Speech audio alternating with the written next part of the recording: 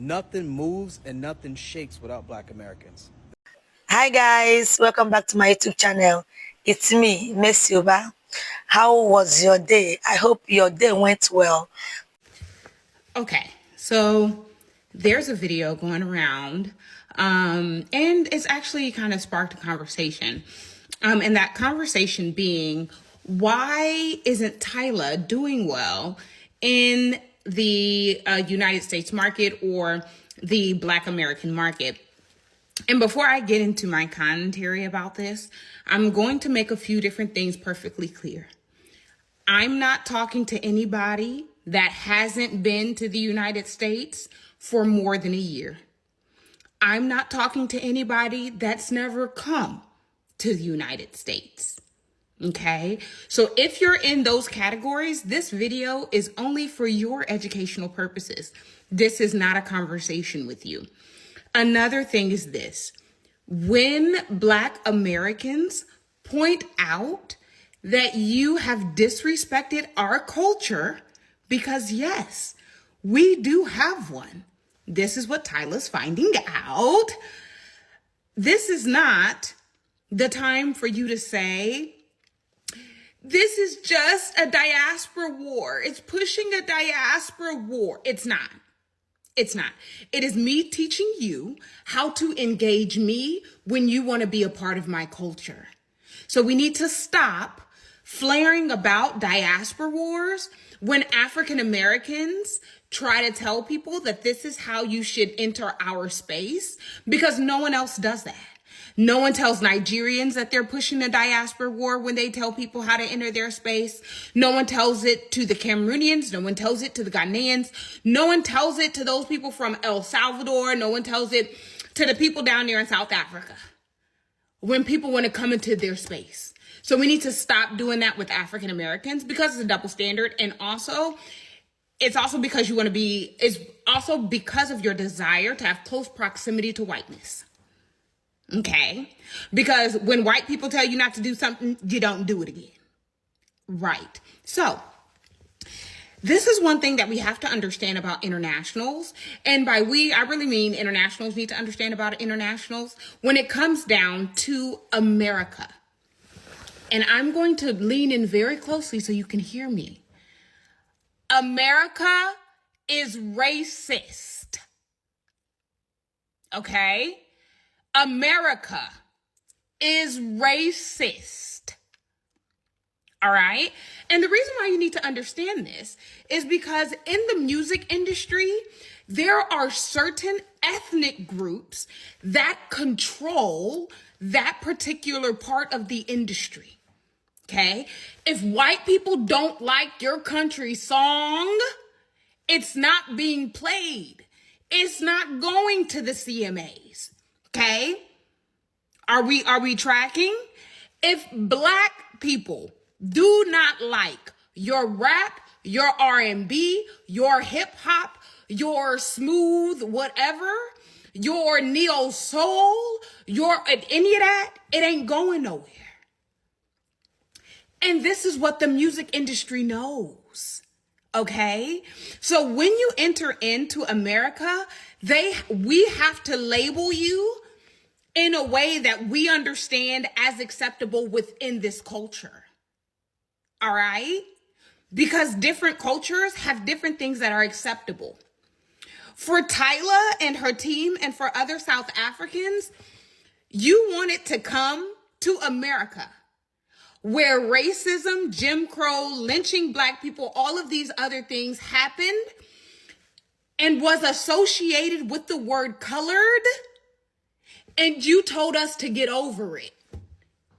You told us this is what we do over there, so y'all need to get over it. That's what y'all said. That's what y'all said. And Tyla thought that non-Black people were going to support her based off of the sector of music that she wanted to go into. No, that's our space.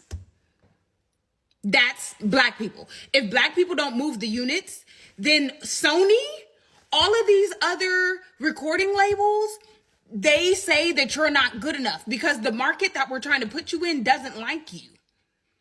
They will stop all of that.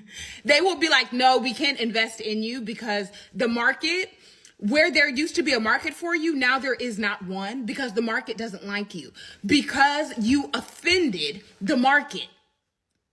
That's why Tyla is in the place that she's in. She just released her stuff and you telling me only 3,000? 3,000? Y'all understand that I have over 50,000 followers. 3,000 units is what was done. You don't have to guess it. It is literally a cultural misunderstanding. You thought that because white people run everything that they don't have to acquiesce to anybody, but they do. They do. Justin Timberlake made it big as a solo career because he had to pander to black people. He had to pander to black people. Miley Cyrus had to pander to black people. If you want to be in this space that black people had to create because our music wasn't acceptable in white markets. America is racist. And this is something that you don't understand if you've never lived in America. Now, beyond that, it has always been very peculiar to me when people want you to respect their culture when you come to their house, but when they come to your house, they think that they can do any old thing. That's a sign of disrespect. Not only is it a sign of disrespect, it's also very xenophobic because you don't do this to white people. You don't do it to white people. You don't do it to white people. And that's fine. I understand that you don't understand Black history. You haven't been taught it. You also haven't sought to learn it because you don't think it's important. And before any South African or African gets this confused, nobody in America told Tyla to come over here. I've been seeing a lot of comments saying that Tyla doesn't need the American market or Black Americans. If Tyla wants to be in the American market, which is why Tyla's music started to be played over here, she's going to need us. You're aware of that, right? You're aware of that, right? And regardless of however you feel about it, Black Americans, Black music, as in Black American music, does impact the world and how the world tends to do music. For case in point, I have a lot of African friends, and a lot of African friends have been listening to a lot of these African artists long before they ever got into the American market, right? More traditional sounding African music, very beautiful music. But some complaints that Africans have had is that once they have come into the American market, they try to make their music sound more American. Yes, that is to get the American dollar. It's called marketing. You can't market to people what you want them to like. That's not how that works. You have a goal market. And if other people outside of that market begin to like it, that's nice, but they're not considered the target, right? The target market means that you create things specifically for them. And that's why Tyla isn't doing well. It's because she messed up marketing wise. I don't understand why this is not understood. Because everybody expects this from anyone that comes into their space, that they understand and respect that space. And what South Africans essentially did behind the whole colored thing is the equivalent of a Black person going to South Africa, perpetuating stigmas and stereotypes that led to and perpetuated perpetuated apartheid and tell South Africans to get over it. That is the equivalent of what South Africans did. And that's why Black people are no longer supporting Tyla. That's why. Because it's that egregious. It is a very big cultural snafu that she made. And that's just being honest. So you can choose to take the information or not, but a fact is still a fact, whether you want to believe it as a fact or not. And that's just what it is. We tried to help Tyla, but her team thought she was bigger than the program. Her team did not understand African American influence in the U.S. Ain't nothing cool till we say it's cool. We got on social media, gave our feedback. I made a video months and months ago. Got on here giving feedback about how we feel and what's going on. Had they just took that into consideration and started changing stuff, but they wanted to appease certain people. And y'all know who I'm talking about. Y'all wanted to appease certain people. Little did you know, it's us. Because these labels don't care about nothing until we say it's cool. They looked at the feedback they seen online and was like, yeah, no. Because we don't have an audience for you. The audience we would aim for, they mad at you. And here you are thinking it's funny talking about all this uppity African stuff. When we just trying to let you know that what you're doing and how you're moving, it does not how it work over here. Now you got them 4,000 album sales. Then y'all thought because she got a Grammy that she was winning. No. Don't nobody care about the Grammys over here. Like, Grammys don't equivalent to money over here. The Grammys don't equivalent to success. Yeah, we want to see our favorite artists get a Grammy, but just because you get that Grammy don't mean you got it the right way, don't mean it was fair. I mean, just look how they did Beyonce. Then she got on the Breakfast Club, one of the #1 African-American media outlets, and acted like that. Just go watch it. Just go watch the interview. You'll see exactly what I'm talking about. Then she made the whole uppity African thing a joke. It's not a joke. That was actually feedback, and you made it a joke, and that's what really made a lot of people turn away from her. Beautiful girl, beautiful gowns, but the problem is that y'all thought that was enough, and it's not enough. And it's very clear that Americans, we love Afrobeat. We do. We've always embraced other cultures, but they also knew how to come over here and act. That's how you're supposed to do. If you want a fan base, you do have to appease to that fan base, and vice versa. If an American artist was to want a bigger following in Africa, more than likely they're gonna have to make or create some songs that appeases to that part of the world. It is marketing. It is all marketing. But you cannot get over here and be doing all that shit. It's like coming at somebody's house just acting a damn fool, not knowing how to take your shoes off and all that. You cannot. Bro, I have talked about this in the past till my face was down there blue. Okay? I don't understand how people don't comprehend the problem with Tyla. I don't get it. Two things ruined Tyla's debut. Number one, her fan base in South Africa. Number two, kind of the reputation South Africans have right now. So let's start off with number one. As someone who has personal beef with some of the Tyla fans from South Africa, and it's a little bit more one-sided now because quite a few of those people are blocked, her fans over there have been insane. From saying like just really nasty things in a general sense about Americans, specifically African Americans, to the comments I get in my own videos.